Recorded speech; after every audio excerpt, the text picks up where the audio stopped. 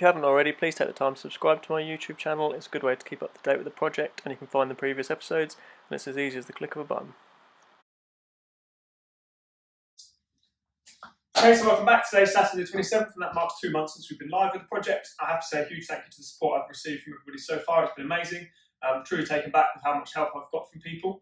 Now, not a huge amount to show you from the last couple of weeks because things are off being done by various people. So the engine is over at Marker High Caliber Coatings, hoping to get that back so I can start building the bottom end up.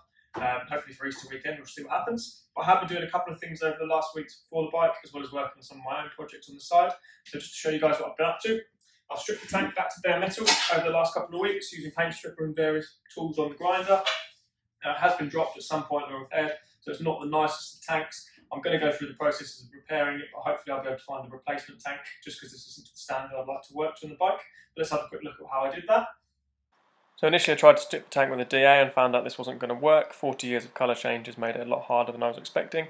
So I had to switch over to using a poly disc on the grinder, and about 45 minutes of work got most of the paint off. And as you can see in the video in a second, there were quite a few dents on one side, so the bike must have been dropped. Now I'm going to have to look at repairing these, but that shouldn't be too much of an issue while I try and find a better tank for the finished bike. Now I've also laminated the seat base ready to go over to Jason, so I'm going to get that packed up after this video is recorded, and he'll be getting onto that to get that covered in black leather. Simple process of laminating it at work, and I have just covered it in epoxy-based paint just to give it a nice seal. And then that'll be all covered in leather and all the materials that Jason uses. So let's have a quick look at those bits in the workshop.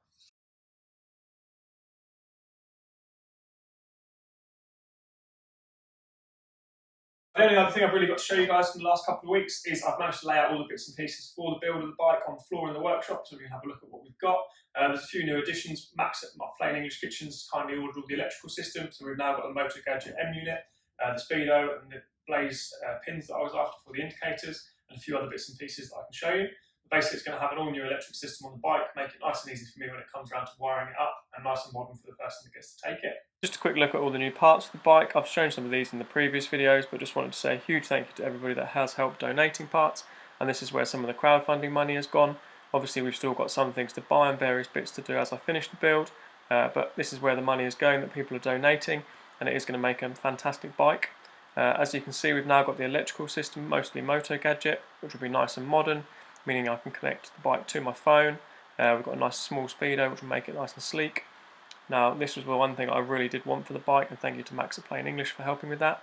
And the last thing that's arrived that we've been waiting for is the head gasket. It's finally here, it came from the States, which means I can get on with the engine now. I've also been able to get a little bit of time on my bike for the Malay Mile, so I've got the Bandit running, and I'll show you guys a clip of that now, see how it sounds.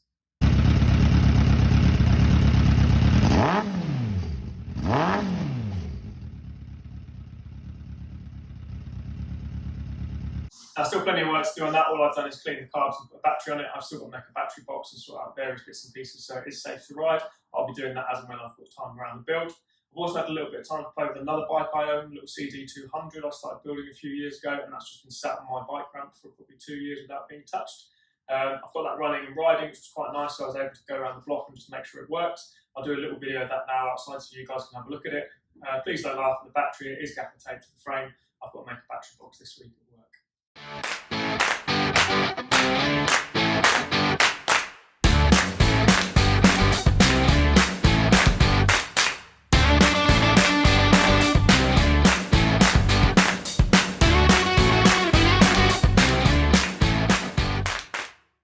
So that shows a little bit of the other stuff I've been working on. The CD is a little bit rough. I've got some various bits and pieces to tidy up on that and stuff on order from eBay. Hopefully I'll be able to get that on the road just after Easter weekend, so I do have a bike to ride for a few weeks. I'll be able to get my bike back on the road.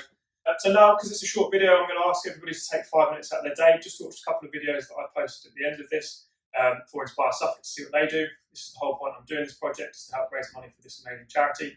So I'm going to put 2 videos at the end. Please take the time to look at those videos. It takes 10 minutes out of your day, boil the kettle, make a cup of tea, and you can see what these guys do for the youth of Suffolk.